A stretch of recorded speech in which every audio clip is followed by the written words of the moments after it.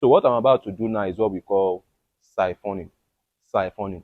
Siphoning entails removing dirt out of your hatchery vat. This is more reason why we don't recommend tiny fish, smaller fish like this to new beginners, because when your archer supply you this type of fish, they will not teach you how to do this. These are the technical parts of the business.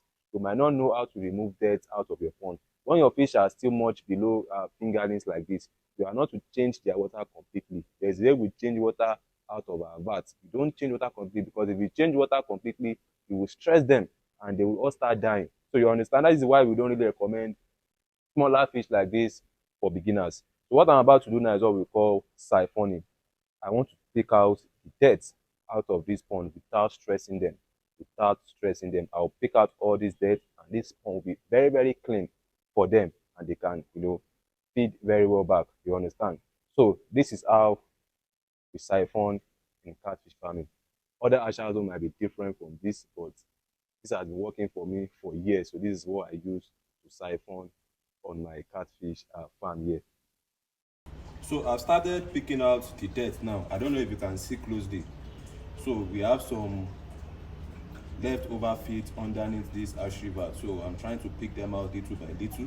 You can see you have to be very, very careful. Don't pick out the fish with it too. So you have to be very, very gentle. You have to take your time. You have to take your time very well to pick out all this dirt. So this is the simple way we siphon in catfish farming.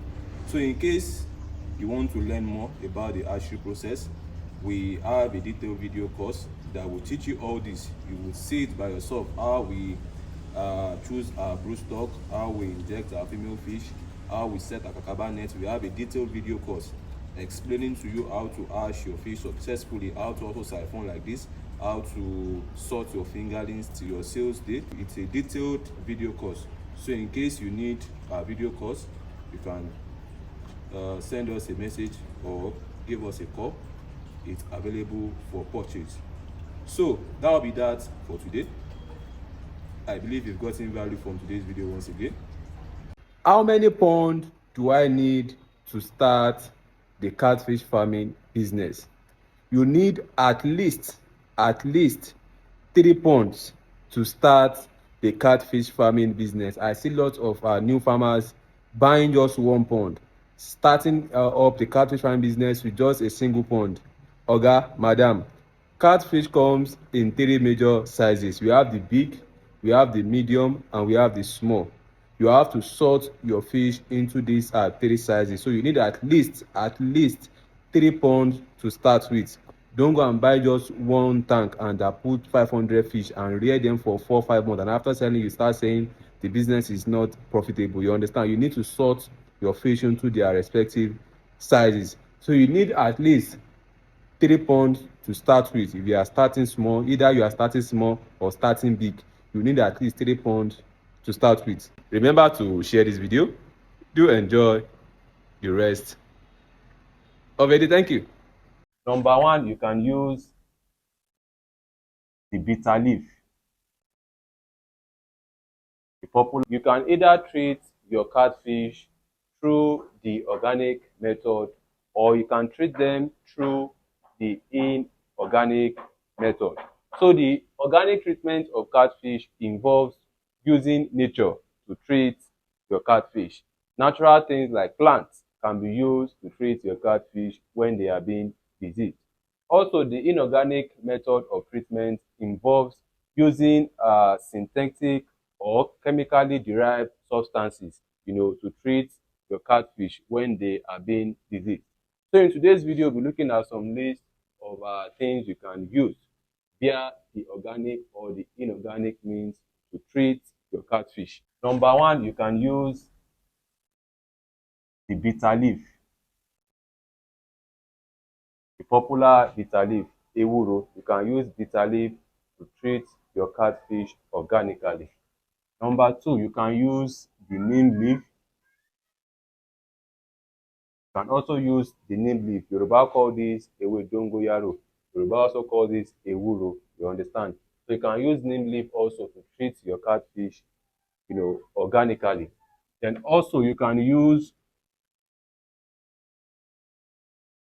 aloe vera. You can use aloe vera. You can mix some reasonable amount of aloe vera with their feed and feed them. It fights against bacteria, infections. You understand? So you can use aloe vera as well to treat your catfish organically.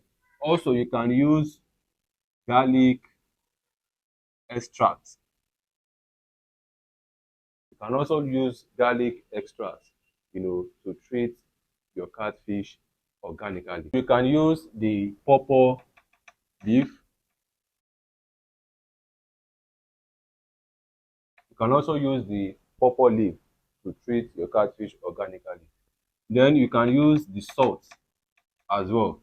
You can use the salt to treat your catfish organically. So let's go to the inorganic method of treating your catfish. You can always use the popular tetracycline. You can use tetracycline to treat your catfish inorganically. You can also use the chloramphenicol. Forgive me if I didn't get the spelling correctly. You can use the chloramphenicol as well to treat your catfish inorganically. Also, you can use the